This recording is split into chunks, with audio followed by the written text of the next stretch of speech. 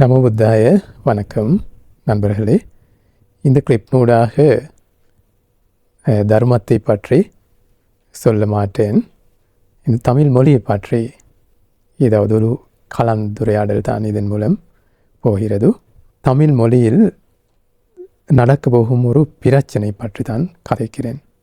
அதுதான் நீங்கள் அனைவருக்கும் தெரியும். தமிழ் மொழி நிறைய உபமொழிகளாக பிரிந்திருக்கிறது. அதாவது டயலெக்ட்ஸ் என்று சொல்கிறாங்க. படித்தவர்கள் சொல்லும் விஷயம்தான். உலகில் 100 தமிழ் டயலெக்ட்ஸ் இருக்குது, தமிழ் உபமொழிகள். இலங்கையில் பார்த்தால் 4 உபமொழிகள் போல டயலெக்ட்ஸ் இருக்குது. தமிழ்நாட்டில் இன்னும் நிறைய அளவில் இருக்குது.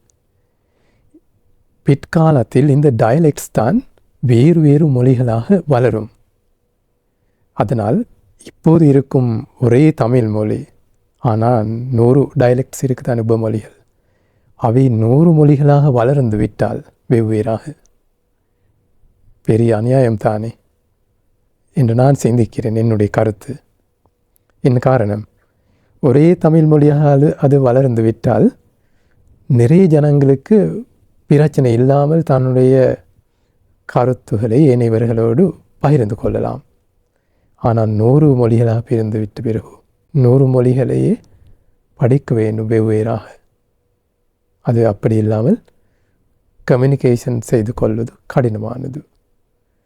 அதனால் ஒரே தமிழ் மொழியாக வளரும் இந்த 100 டயலெக்ட்ஸ் திரும்பி ஒரே தமிழ் மொழியாக வளரும் ஒரு முறை இருந்தால் நல்லம் தானே. நானும் ஒரு கஷ்டத்துக்கு முகம் கொடுத்திருக்கிறேன்.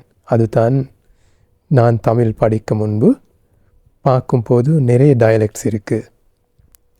யாழ்ப்பாண தமிழ் படிக்கிறேனா அல்லது மடக்களப்பு தமிழ், கொழும்பு தமிழ், மலை தமிழ் படிக்கிறேனா என்று சிந்திக்கும் போது நிறைய தமிழ் மொழிகள். அது எனக்கு கஷ்டம், வெவ்வேறாக படிப்பது. அதனால்தான் இந்த அனைவருக்கும் பொதுவான ஒரு மொழி எழுத்து மொழி கற்றுக்கொள்கிறேன் என்று நான் கற்றுக்கொண்டேன். பிற்காலத்தில் தான் நான் புரிந்து கொண்டேன், இந்த எழுத்து மொழி இன்டர்நேஷனலி பாவிக்கும் எழுத்து மொழி அல்ல. இலங்கையர்களால், இலங்கையில் இருந்து படித்தவர்கள் யாழ்ப்பாணத்தில் அவர்கள் உருவாக்கப்பட்ட ஒரு மொழி.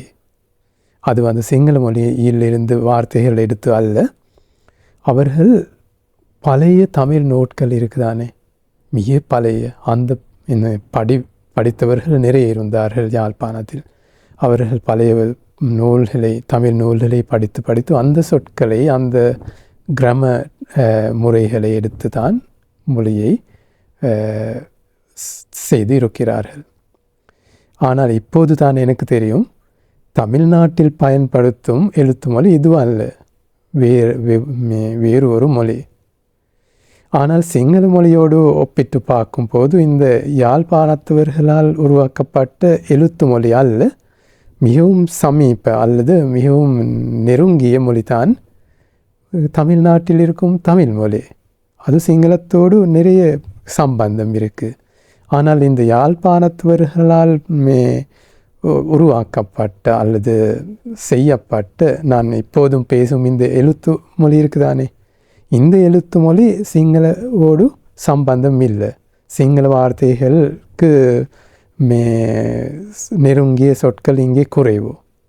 சிலர் சிந்திக்கிறார்கள், நான் இப்படி தர்ம போதனைகளை செய்யும் போது இவர் சிங்கள வார்த்தைகள் நிறைய பயன்படுத்துகிறார்கள், அதனால்தான் எங்களுக்கு தெரியாது என்று தமிழ்நாட்டவர்கள் சிந்திக்கிறார்கள். ஆனால் அது அப்படி இல்லை. நான் பயன்படுத்துவது இந்த பழைய தமிழ் மொழியில் வார்த்தைகளை எடுத்து யாழ்ப்பாணத்தவர்களால் உருவாக்கப்பட்ட எழுத்து மொழி. அனைவருக்கும் பேச முடியும் என்று சிந்தித்து தான் இதை பயன்படுத்தினேன். ஆனால் சிங்களத்தோடு பார்க்கும்போது தமிழ்நாட்டில் தமிழ் மொழி தான் மிகவும் நெருங்கிய மொழி. அது ஒரு பக்கத்தில் இருக்கும்போது இதுக்கு செய்ய முடியும் விஷயங்கள் என்ன, இதை பற்றி ஒரு கலந்துரையாடல், ஒரு கன்வர்சேஷன் உருவாக வேண்டிய நேரம் தான் இது. இந்த டெக்னாலஜி இப்போது மிகவும் விருத்தி அடைந்து இருக்கிறது. அதன் மூலம் இப்படியான விஷயங்களை பற்றி சிந்திக்கலாம்.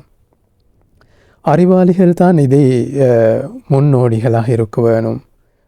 அவர்கள்தான் இதை பற்றி கலந்துரையாடல் பண்ண வேண்டும், டிஸ்கஸ் செய்ய வேண்டும்.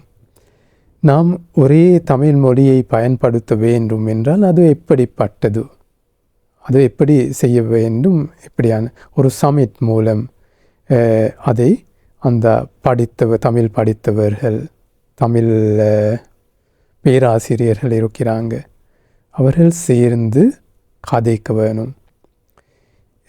அது வந்து நிறைய ஜனங்கள் பெரும்பான்மை பயன்படுத்தும், சென்னையில் பயன்படுத்தும் மீடியாக்களில் பயன்படுத்தும் அந்த மொழி பயன்படுத்துவோமா, அல்லது சென்னையில் பயன்படுத்தும் எழுத்து மொழி இருக்கிறது அது பயன்படுத்தலாமா, அல்லது வேறு ஒரு தமிழ் மொழி ஏனைய டயலெக்ட்ஸ்களில் இருந்தும் அழகான அல்லது முக்கியமான வார்த்தைகளை எடுத்துவிட்டு ஒரு டிக்ஷனரி அல்லது ஒரு வொக்காபுலரியை செய்துவிட்டு அது பயன்படுத்த முடியுமா எனும் விஷயத்தை பற்றி நீங்கள் தான் கதைக்க வேண்டும். நீங்கள் கதைத்துவிட்டு தமிழ் சமுதாயம் மூலம் தீர்மானங்களுக்கு வர முடியும். ஆனால் மிகவும் ப்ராக்டிக்கல் ரீதியாக என்னுடைய கருத்து தான், பெரும்பான்மை பயன்படுத்தும் மொழியை அனைவரும் பயன்படுத்தினால் நல்ல எனும் மனப்பான்மை. அப்போது அனைவருக்கும் இலகு. அதே போல் வேண்டிய இடங்களில் உபமொழிகளிலிருந்து வார்த்தைகள் சேகரித்து கொள்வது செய்ய வேண்டிய விஷயம். சென்னையில் மீடியாக்களில் பயன்படுத்தும் பேச்சு மொழி இருக்கிறது, சென்னையில் பயன்படுத்தும் எழுத்து மொழி இருக்கிறது. அது இன்டர்நேஷனல் தமிழ் மொழியாக, செந்தமிழ் மொழியாக பயன்படுத்தால் நல்லது எனும் என்னுடைய கருத்து மட்டும். ஆனால் இதுக்கு நீங்கள் தான் பதில் தர வேண்டும்.